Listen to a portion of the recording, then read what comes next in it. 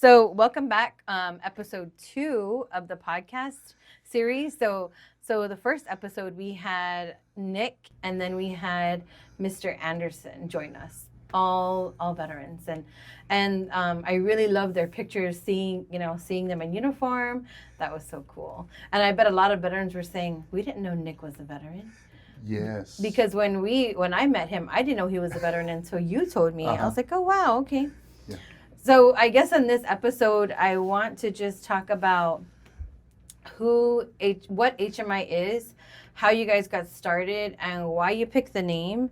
Because I didn't join the organization until what, 2 years later, 3 years later, Yeah. I think.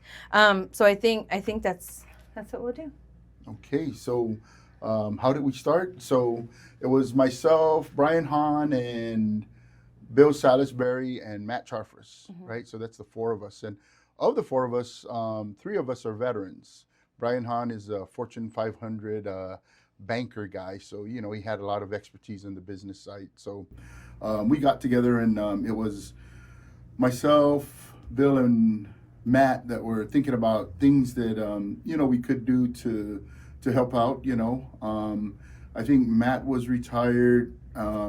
I'm not, I wasn't employed, and then Bill was still working. So at that point, we were just trying to figure out what we could do to make things better out here, and we gravitated towards trying to do some veterans benefits or assistance. So that's how the initial start happened, and then we put paperwork together, and we started meeting at Doc's clinic to just get started. And when we did that, there was,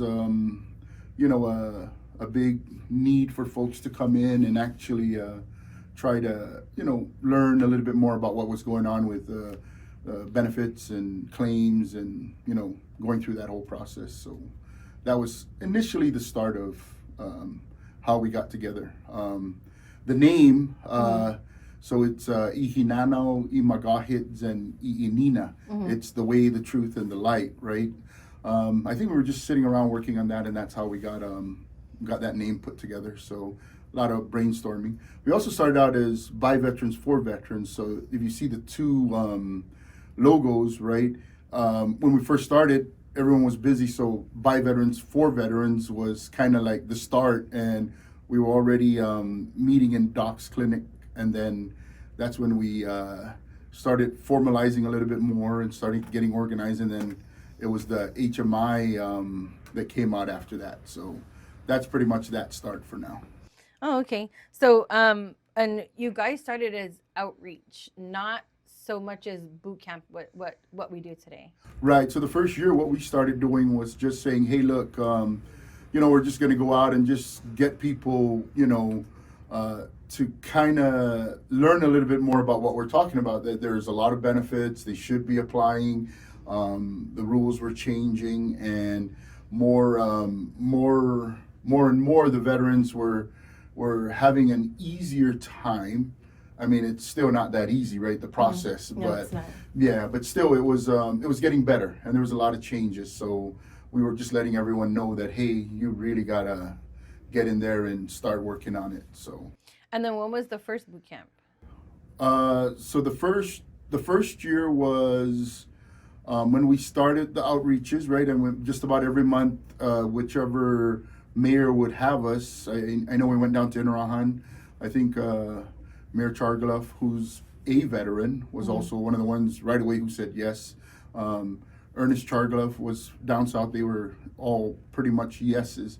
And then, of course, we had some other ones that, just said, yeah, sure, come on up and, present. And I know we did Rudy Paco. I think we did PD with Mayor Alec. So most of the veterans, the folks that wanted, Santa Rita we did also, right? Of course, the former Mayor Del Alvarez, right? The senior, Yes. right? So he's a veteran too. And he got replaced by his Dale Jr., by his son. Yes. also a veteran, right? And by the way, we're going to be in Santa Rita. Yeah. Sorry, I know I'm jumping, but so yeah, he's so we went to the different villages, and then towards the end of that year, we ended up testing out boot camp. So boot camp started at the end of that year, and we just said, hey, we're gonna go. We started out in Doc's lobby area. I think it was like maybe 15 people sat in there and just standing up there, just spitting out all the information, sending WhatsApp messages, and then the first. Well, actually, it would have been the second chat group, because the first chat group was by veterans, for veterans, Yeah. strictly just talking, getting veterans onto a chat, right? And then and that one grew really quickly, right? And I think on that particular chat group, there's like close to 300 people on there. Yeah.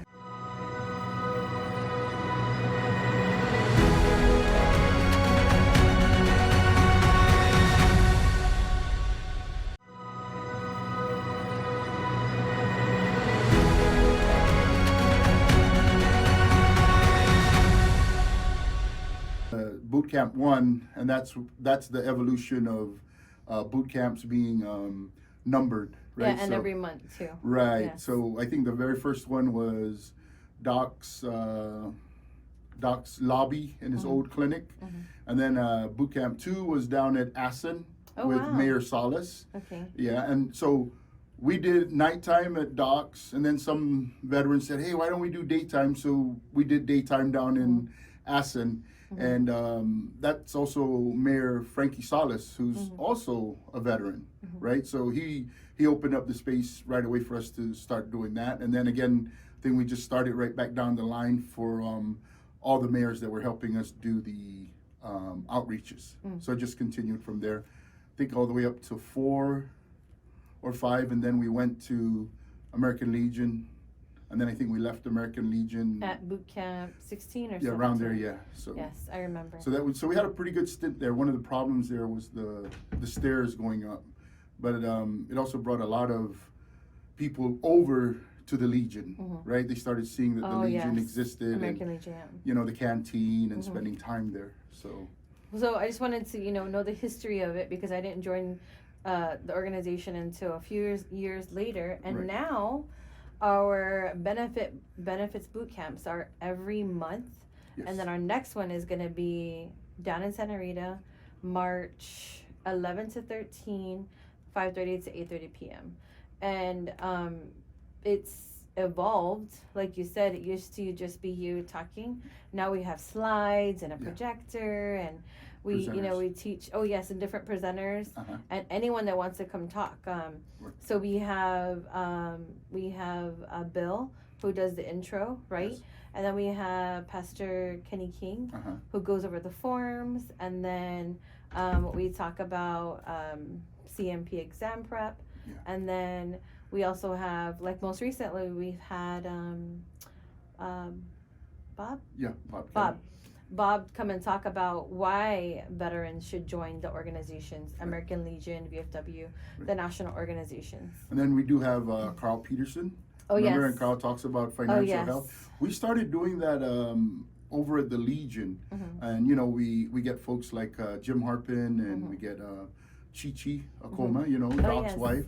These Yes. guys are financial advisors, and Yes. and these are folks that through the veteran community are still supporting our veterans. And then of course there's Carl, and then more recently there's Ron Lux, with the Knights of Columbus. Oh yes. All these folks are all folks that we work around and work with us, right? So, in essence, we are working very closely with a lot of the organizations, so that when these other veteran organizations are coming around, right, they're resources for our veterans. So we get to take advantage of doing something like that. Our most recent interaction with the Harvest folks, Jared Baldwin over there, right?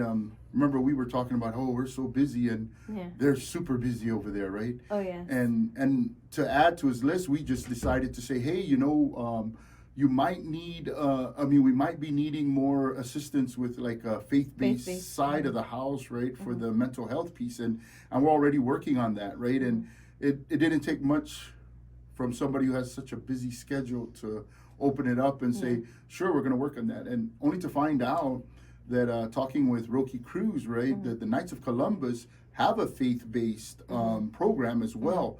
And we're already working on that with both of them. So that's going to be very useful for our veterans. Now, you were recently on the newspaper doing something that also relates to some new things getting together with the brain mapping. Yes.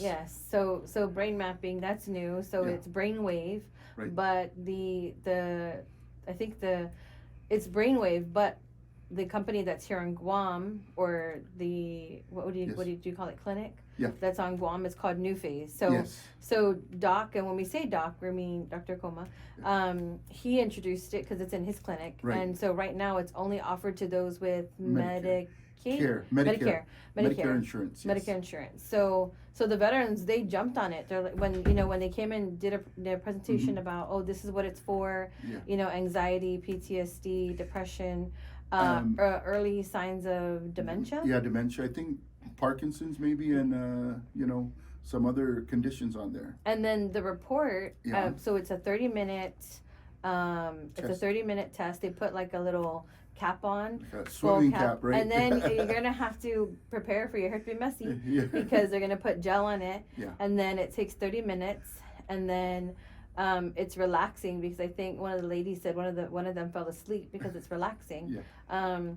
And then after that, I think it's a week or two where they get the results, and it's 54 pages long. Oh, wow. And they make an appointment with Doc, Right. and they go over the results. So and right now, I think what Doc had mentioned, right, is it doesn't have to necessarily be Doc himself, right? But our veterans tend to want to kind of get the assistance from Doc, and majority of them that were sent through at the boot camp, at the chatting with the coach, they were mostly our veterans that had Medicare. So, and I think we might have them. That's a great segue into the Veteran Summit, because I think we might have them at the Veteran Summit. Yeah, we invited them out to the Veteran Summit.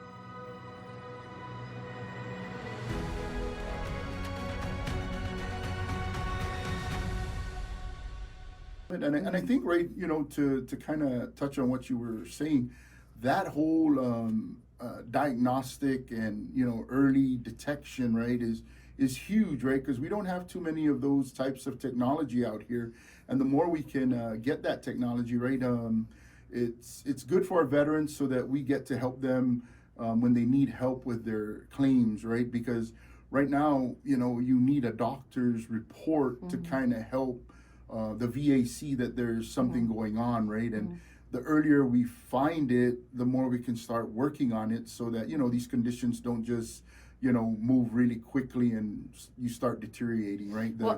They can work on it, right? Well, and that's what Doc did say.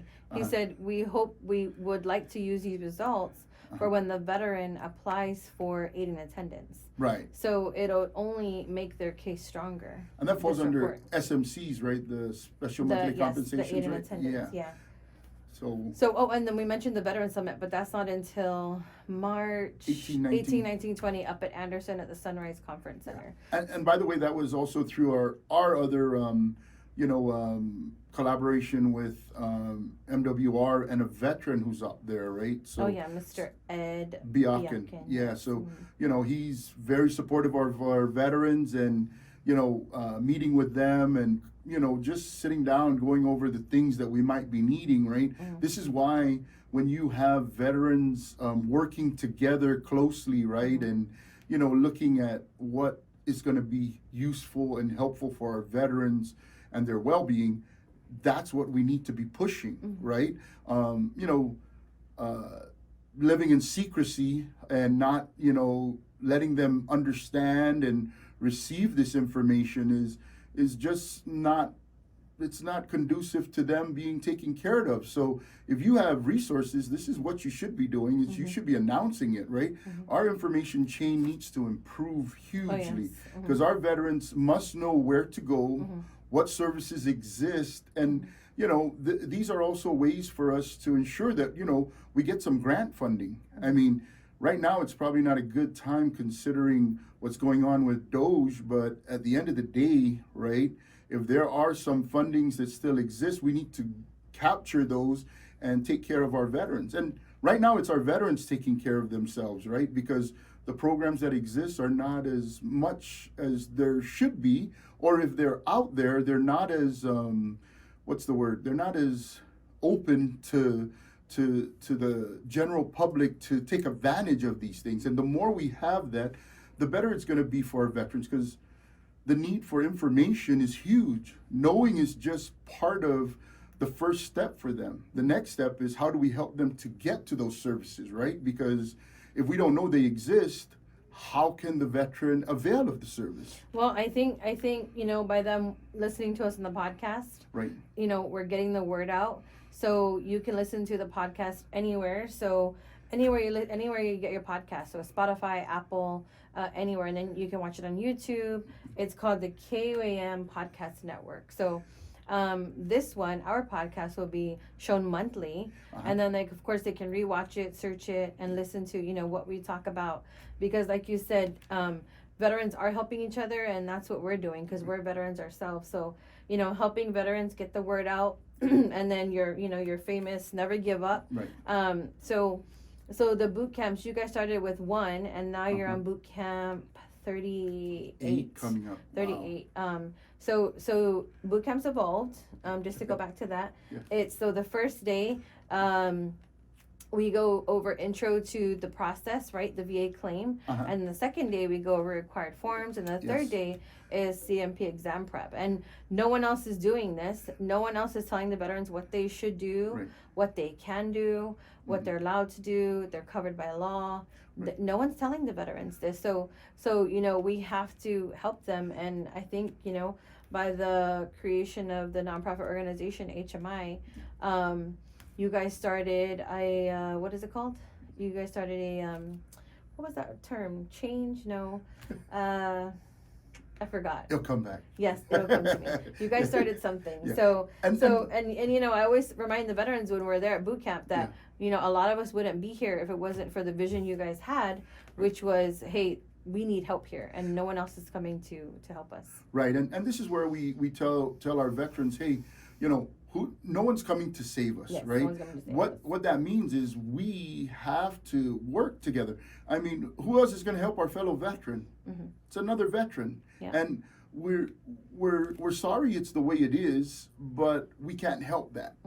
This is just how things are sometimes, and veterans aren't the only issues that our leaders have to take care of. And I was doing a little research, and Lincoln's second inaugural address talks about working together as a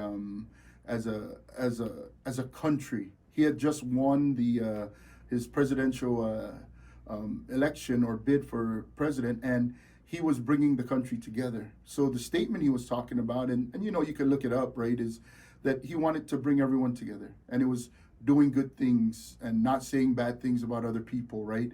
And then when you look at the bottom, that's where the VA's piece comes in, where it takes care of the veteran. So it's the country first, and then to take care of the veteran and their family. And I never knew that's the entire writing that he had or saying, right, until just recently. I looked it up, and through one of my readings it came across, and I said, wow, that is so interesting, because that's actually what is going on with our veterans. The country's coming first, and then it's the veterans that gets taken care of. And I think sometimes we shouldn't be, that shouldn't always be the case. And if we can start putting systems in place, and build the infrastructure so that, our veterans are all captured. I just saw a recent video of people coming in at the airport, and Customs has a QR code that's there.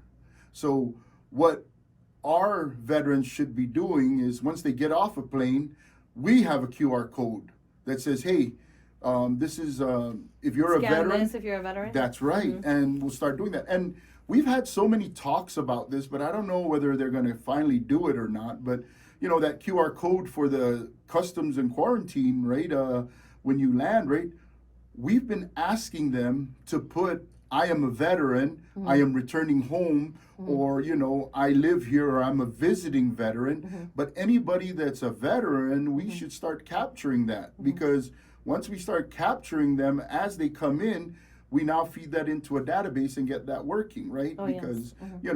unfortunately, there's just not enough grants out there that, will take care of the needs of our veterans. So. Well, and not only that, a lot of veterans don't know what exists for them or what they can apply for. Right. So we talked earlier about Guard and Reserve, which is probably 75% of this island. Someone knows someone in the Guard and Reserve. Yeah.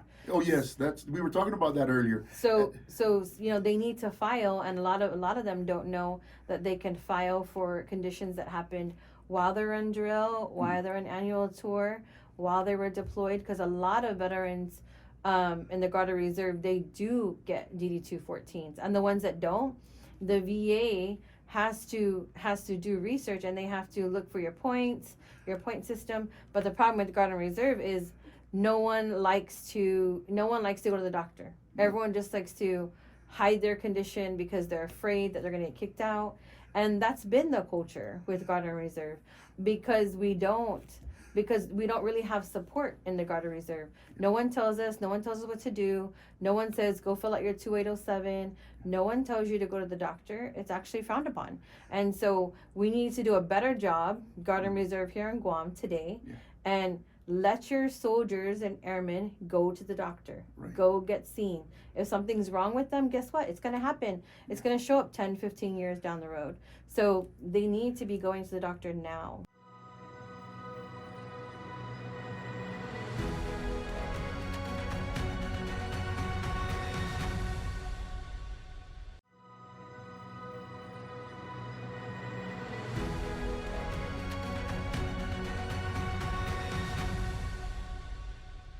And to add to that a little bit, right? I think I had this conversation, or we had this conversation with some other folks, right? Special operations groups, right? These guys get the best of everything, and when it comes down to like their need for care and health care, right? They spare no expense to make sure these guys are taken care of, and it has to be because these guys go through the really high risk types of operations, and they end up getting really damaged, and we got to take care of them after they're damaged, right? And that's part of what goes on. And here's maybe some of the things we've often mentioned in the past, right? Is we need missions, right? First, we need to take care of our veterans, right? And we need to remove that whole stigma about, well, if you're injured, you're complaining, or we need to go to the doctor for these things, and maybe take the more special ops approach, which is, hey, we're going to fix you up and you're going to be ready, because at the next mission you got to be ready, right? Because that's when, if we take care of our people and we give them the health care, then they're not hiding anything. So that means they'll be operating at optimum strength and ready to take on any mission. But if we're hiding it because the bosses say, I don't want to write up a report. Oh, you don't do that. Nobody goes to sick call, right? Everybody has to be just tough it out. And there's things about that are designed for the mental preparation for combat, right? And being able to do that is what's preparing us for, because we don't want anybody just saying, oh, I stubbed my pinky here, and then after that, oh, we got to go to take care of ourselves. So but yeah, there's so much more that we need to really to touch on, and I don't think we have enough time in all our podcasts to do all these things in one sitting. So we're gonna have more episodes, I imagine. Yes, this is just the second episode. This is just the start. But speaking to Nick and the feedback from the veterans, listening to the podcast, they really like it because they don't, there isn't really anyone passing along this information. And that's another thing about information is what is fact, what is fact, what is opinion, or what did my Mali and Pari tell me while we were drinking on Sunday, that kind of thing. So whenever veterans, tell me, I heard, someone told me, I'm like, no. Get your facts from va.gov. stop going to YouTube University, because sometimes those are just, clickbait, because a lot of those people on YouTube, they make money, Right. So I tell the veterans that they have to get it from va.gov, because that's where the facts are at. What was the most wild thing I heard most recently? Not I heard. A veteran told me recently, "Oh, someone told me that I couldn't do this," and I was like, "What do you mean? No, you can." Really? How? And I said, "Here, this is how you do it. Here's the link. Go to this website, va.gov, and you just apply it right here." Really? It's that easy? I said, "Yes." And the VA is pushing everyone online. So there was the My Healthy Vet. It was being sunsetted in January, end of January, but they just recently pushed the deadline back to, I think, March, April. Okay. And so because by the end of September, DS logins also going away, and so there'll only be two login ways to get into va.gov, which is login.gov and id.me. So a lot of veterans give up because not everyone has a computer, not everyone is tech savvy. So Yeah, and we help them with that. And that's why we have the podcast, we have the chatting with the coach, and we have all these other venues of pushing out information, because the more we get the information out, it's going to be better. And they can also comment here and try to get information that they want to get to us, so that maybe we can talk about it at the next episode. And we keep pushing out the information, we keep finding out what the veterans need, and we help the veterans to understand, hey, there is a place for you to go. Here's all the information. Let's work together. Let's get these things going. Let's get that mission for them to, get up to the CBOT, get them to register, and get them to file their claim. Last thing, right, is, Doge is coming up. We should be having a huge influx of all our veterans filing their claims, because we don't know what's about to come down from the Doge programs, right? So if you turn it in now and you beat the Doge, system, right? At least you're in. Because if you wait and then they set the rules, then you might have a harder time, and we don't know what those rules are. Today we know the rules, so let's get these guys to do all these things. And did we need for them to know how to contact us, or? But I think in the region though, and on Guam, the reason why a lot of veterans don't file is because they've been let down in the past, and because they've been denied, and they think, okay, well, I got denied once, that's it. I'm throwing away my letter from the VA. They, all my years don't count. What was I doing? Why did I raise my right hand? So what we need to be telling them is, do not give up. Right. Just because you got denied, it's not the end of the world. We had a veteran who got denied 8 times. Finally, he got his 80%. So you just can't give up, because the ones that make these decisions, they're human. Yeah. And they're also on a deadline. They have a quota to make. Yeah. So, we got the information firsthand that the raters in the VA, they would rather deny you than to go through the thousands of pages you send them. That's why at the Benefits Bootcamp, we teach you, hey, you only send them the relevant information. They don't need 1,000 pages, because the rater is not going to read it. And also, right, we want our veterans to go to the doctor, right? And we want our veterans to file their claims, right?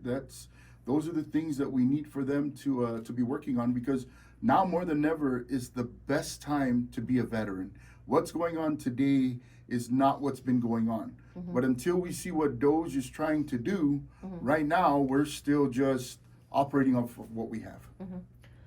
So you're asking how to contact us. So we're Veterans of Benefits. Of course, you can reach out to KOAM podcast. But for the organization that we're a part of, it's www.hmiguam.com or 671-682-7631. And the fastest thing to do would just use WhatsApp, because that's the fastest way.